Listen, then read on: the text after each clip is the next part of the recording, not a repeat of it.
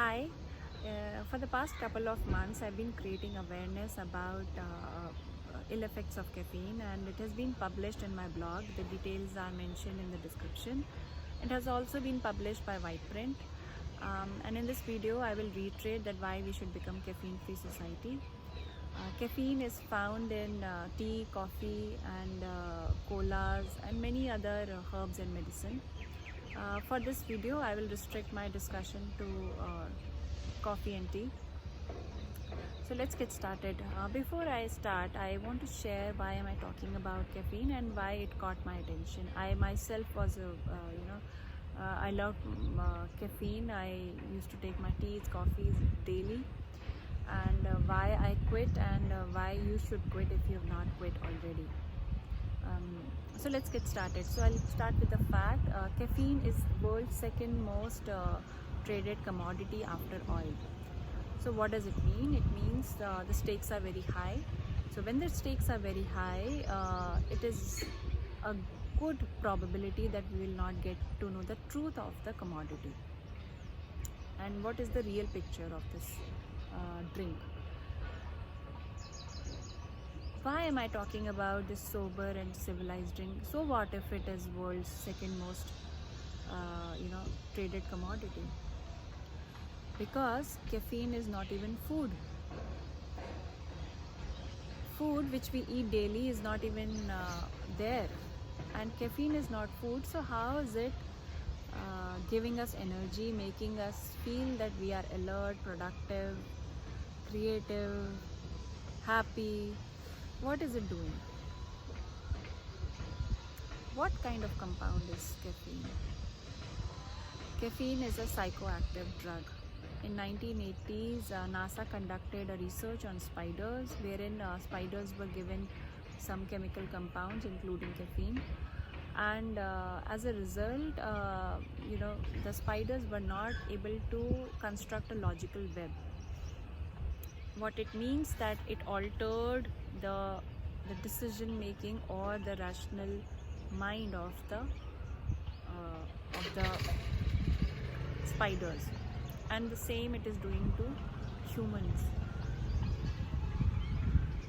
Now, why would nature create anything that is so ugly, that alters consciousness?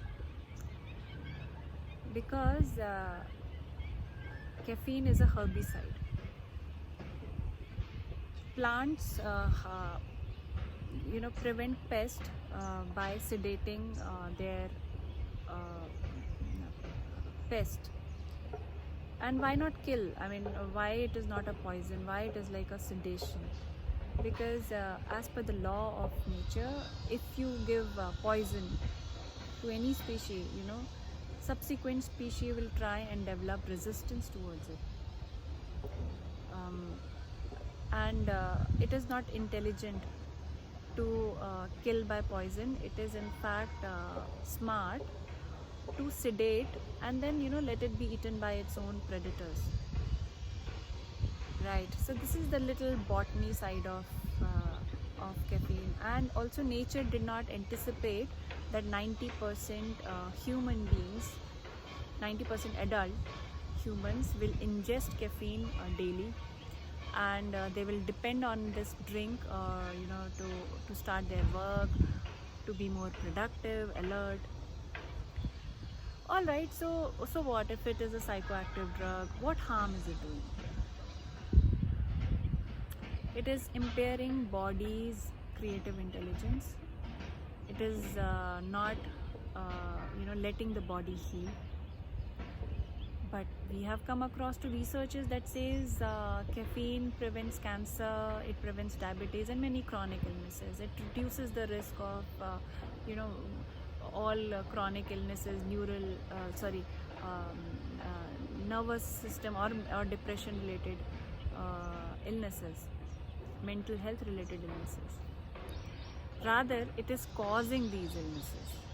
So let's wake up and understand how caffeine is causing these illnesses. So why these researchers do not say that, hey, caffeine prevents all sorts of cancer? Why it is only saying caffeine is preventing prostate cancer. It is like saying, hey, by the way, one will not die from prostate cancer, but from lung cancer. How does human body heal itself? For our body, it is one system. It does not do selective healing, that hey, today I will heal only lung, or let me heal only ovaries or uterus. Wherever there is deficiency in the system, the body tries to heal with its own intelligence. It is not selective in healing. So let's ask these questions, that why not all sorts of cancer? And the study that says that it is reducing the risk of diabetes, in fact it is causing diabetes. How it is causing diabetes? Our hormonal, so it is caffeine is stimulating our adrenal gland. And what adrenal gland is doing, during evolution we had this response of fight or flight. So whenever this gland is stimulated, glucose, intense amount of glucose is released in the system to fight the situation. Now it's like a false alarm. There is no situation that we have to fight, and the glucose has already been released in the body, which is eventually leading to diabetes, high blood pressure, right? So it is not reducing the risk of diabetes. In fact, it is leading to diabetes. Then what is it doing to our stomach and liver? Caffeine is highly acidic. So what? I consume so many acidic food. Some fruits are also acidic. So what is the big deal? Because of its high acidic content, our stomach produces more acid to digest it, and that creates ulcers in the system, in the stomach. And when it goes to liver fights it like a toxin, and when liver successfully eliminates it from the system,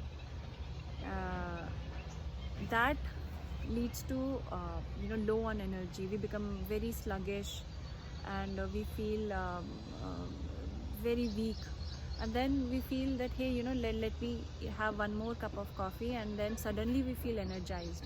How we feel energized? Because within half an hour of consumption, it enters our bloodstream, and it binds on the sleep generating receptor, and it tricks the brain that hey, that it's time to be alert, because there is no sign of sleepiness. So it tricks. So some may say that hey, I'm getting good sleep, I'm doing all my healthy activities, so it is not harming me. Well, if you are consuming caffeine, be rest assured that it is in your bloodstream for at least 18 hours. How? Caffeine has half-life. The first half-life is like the 50%. It gets consumed within couple of hours, 2 to 3 hours or 4 hours, depending upon person to person. But when we are sleeping, that the balanced half-life, very gradually it gets metabolized in the system, and body is constantly fighting with this compound to eliminate. It's like the waste elimination process also gets compromised because of the presence of caffeine in the system. Not only this, it also disturbs the assimilation process, the process of absorption of nutrients. So probably we all have seen people who are very lean built. They just thrive on caffeine. It is like thriving on credit card. Every day you're just buying on credit card. You have not done anything to increase your income, but you're just using credit card for all your expenses. And in the month end, because you have not done anything to improve your income, you will be charged interest, late fee, penalty, and all the finance charges. What it means, it is coming in the form of diseases. All right, so we understand that caffeine is causing problem. Now, what is that we can do to become caffeine-free society? Firstly, understanding that caffeine is an addiction. If you have caffeine addiction, firstly embrace that this is an addiction that I have. A lot of people do not even acknowledge. When I posted this blog, a lot of people came up to me and said that, hey, while we take caffeine but we are not addicted. So I asked them, here's one challenge, just don't take it for 7 days. If you are okay not taking it for 7 days, then it's fine and you can continue whenever you want to. But if it is not the case, that means there is an addiction. Then another myth that I can manage 1 cup of coffee with good amount of workout. All of these hacks are only to please our mind, but in real sense they do no good to the system. So let's wake up. If you have caffeine in your system, go check out my blog. Especially in part 3 I've mentioned how we can become caffeine free society. There is, if you are a coffee addict, I will share a link of caffeine free coffee. Yes, you heard that right. It's absolutely like coffee but without caffeine. It tastes like that, so there is no you will not miss it if you are a coffee addict. And if you're a tea addict, many yummy and delicious options are there. And like any other addiction, it is also difficult to get rid of. But once you leave this addiction, you will be more productive. When I say more productive, artists or many professionals have this myth that there is some inspiration that we get when we are more cheerful or more energetic. But if this energy is sustained for long time, and we build stamina, then it is so effortless to produce quality output and creative output. It can only be experienced. I hope you check out part 3, especially if you don't have time, no problem, just go check out part 3. There I have created a handout how we can become caffeine free, and in the next video I will share a couple of recipes of making your own caffeine free coffee. All right, I hope we become caffeine free society. Do share this video, and let's spread the word that we want to become caffeine free, and start asking for this option in all the cafes that I want a caffeine free drink. And I'm telling you, when we start asking, start demanding, that's how demand and supply work, very delicious options will start popping up. It's a campaign that only we individuals can come together and do. No corporate will ever want us to be caffeine free.